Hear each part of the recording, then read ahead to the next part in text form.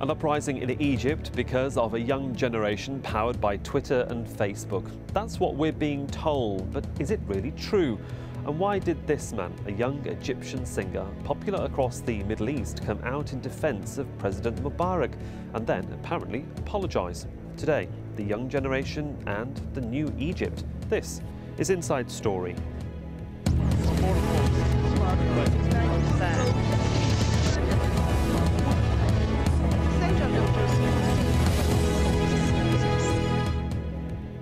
Hello and welcome to Inside Story. I'm Sahil Rahman. Social media has been dubbed the new tool for revolutionaries. The seeds were sown in 2009 when Twitter was credited with the protests that followed the Iranian elections. Debate followed the uprising that saw the ousting of Zine el-Abidine Ben Ali early this year as to whether it was the first Twitter revolution. And now in Egypt, the role of social media in mobilising the people has once again come into focus. But with many of the protesters on the ground having little or no access to the internet in Egypt, can social media really be credited with what's happening across the Middle East? Sysomos, a social media intelligence firm, has analysed the number of people using Twitter across the Middle East and North Africa. So let's take a quick look. Twitter has a total of 52 million users. That's the estimate. Almost 15,000 of these are in Egypt, Tunisia and Yemen. That's about 0.027%. And of these, almost 90% are in Egypt. So, with figures like these, is it really a new tool of revolutionaries? Well, joining me to discuss this in Washington, D.C., Courtney Raj, Freedom of Expression Officer at Freedom House. Ms. Raj is writing a book on cyber activism in Egypt. Also in Washington, D.C., Mohammed Al-Abdallah, Programme Officer at the International Center for Journalists. Also in the US, in Boston, Gillian York, Project Coordinator at the Berkman Center for Internet and Society at Harvard University. And joining us here in Doha, Arab-American hip-hop artist Omar Effendem. Omar has been accredited with creating what many are dubbing as the anthem for Egypt's revolution. To all of my guests, thank you very much for joining us on Inside Story. Can I begin with you, Courtney, in Washington, D.C.? Have we got this whole social media thing wrong? I mean, you say in one of your articles on the internet, revolutions don't happen in cyberspace, they happen on the streets. Please explain. Well, I think that social media has been an important tool that activists have used to help organize, mobilize, and publicize.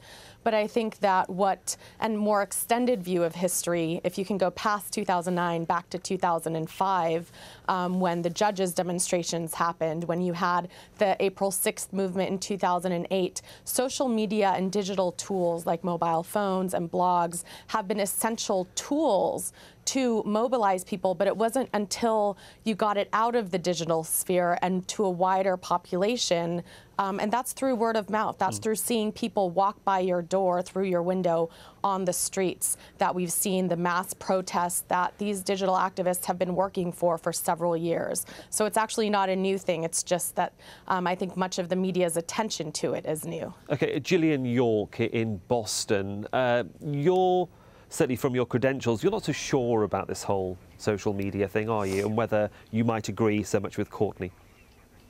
Well, you know, I do agree with what Courtney just said, that social media is a really important tool that has been around for quite a while now and is being used in Egypt. But, you know, what I would say is that the media has sort of portrayed this as if these tools are what caused revolutions, and simply, you know, they're not. If you look at Egypt, there's less than a 25% internet penetration rate, and I think we need to think about that when we go forward and analyze these tools in revolution. Mohammed Al-Abdallah in Washington, D.C., how do you explain the social media justification for perhaps being involved, as some perceive it to be, in what's going on in Egypt and perhaps even in Tunisia? I strongly disagree on the call. It's a Facebook revolution, because it's not a revolution. If you walk in the Tahrir Square today and ask people what's Facebook and Twitter, and most likely to have a very low percentage of people who can correctly recognize what's Facebook and Twitter, and the percentage of the people who have a smartphone will be very low. However, we will be very unfair if we say the Facebook and Twitter did not play a key role in mobilize these people and bring them together. The idea I have is the people were unhappy with their government for several reasons, but the social networking has nothing to do with that. The social networking and the social websites, all what it does, or it did, it's to spread the word about the date, the time, the location, about the protest, but not to mobilize, to bring the people or to give them the political motivation for going to the street. Okay, well, let's get into the nitty-gritty then. I mean, Courtney, if I come back to you, is the media, and I'm talking about newspapers and television here, then giving social media too much credit? You say they have an important role, which we all agree on, but are they getting too much credit for what's really happening? And that if they shouldn't get the credit, who should? Yes, I definitely think that it's a sexy story to give credit to social media. I was working at Al Arabiya during the 2009 protests in Iran, and all the media loved to credit it to social media. But that is too simplistic. What social media has been important for is that many of the key activists who are playing a central role in organizing and training other activists are using social media in those repertoires of contention. But that doesn't mean that social media is responsible for the revolution. That's the Western media, however, has simplified it, and they don't have a very in-depth understanding of what's going on, and they want to make it a story that, you know, Americans and British and Europeans can find interesting. But I think that we need to put it into perspective and realize that these protests resulted from broad economic discontent, from the inability of college-educated people to find jobs, and just, you know, broad societal problems that would not be solved by, you know, private social networks like Facebook, or, you know, it's a very low threshold of involvement if all you have to do is like a group or follow a Twitterer. You know, it really takes gumption and putting your personal safety at risk to go on the street and face those brutal police. I remember in 2008, on April 6th, there was no one on the streets. People were scared to go out of the streets, and that's why it started as a call for people to stay home. And this is fundamentally different, and I think that's where the true power is being shown, is that people from broad swaths of society are on the streets protesting and demanding their freedoms. So, Mohammed, from your perspective then, and from what you've been seeing of what's going on in Egypt, how crucial are the social media sites in terms of mobilising and utilising the technology to enthuse the masses? Actually, I differentiate between the social media role to call people to go to the street and the social media role to cover what's going on and provide information in real time, second by second, and pictures.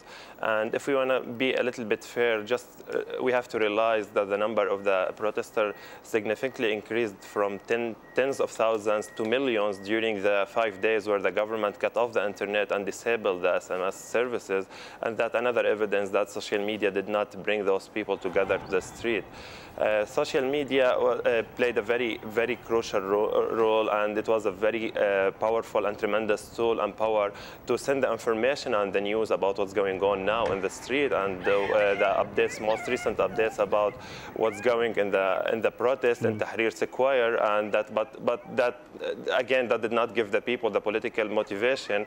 And again, when the people, Egyptian people, called the Egyptians to go to the street to protect the National Museum. They did that during the day when the government cut off the internet, and people heard that call and they went to the street and tried to protect.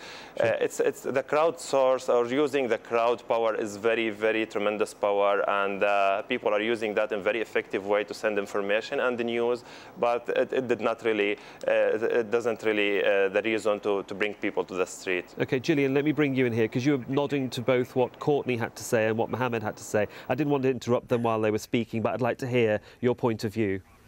Sure. Well, you know, I think Courtney touched on this a little bit, but much of the U.S. media in the past couple of weeks has been coming out with headlines like "Social media gives Egyptians a voice," and I find that particularly almost offensive. When you look at what's really happening, it's not giving people a voice. It's certainly allowing them, as Mohammed mentioned, to broadcast what's happening in Tahrir Square and elsewhere, and it's certainly in Tunisia as well. Certainly helped people to get information out of the country during a crucial time. But I think that a lot of the Western obsession with this is, sort of misguided. I think that, it ignores the reality of what's happening on the ground, the tear gas, the deaths.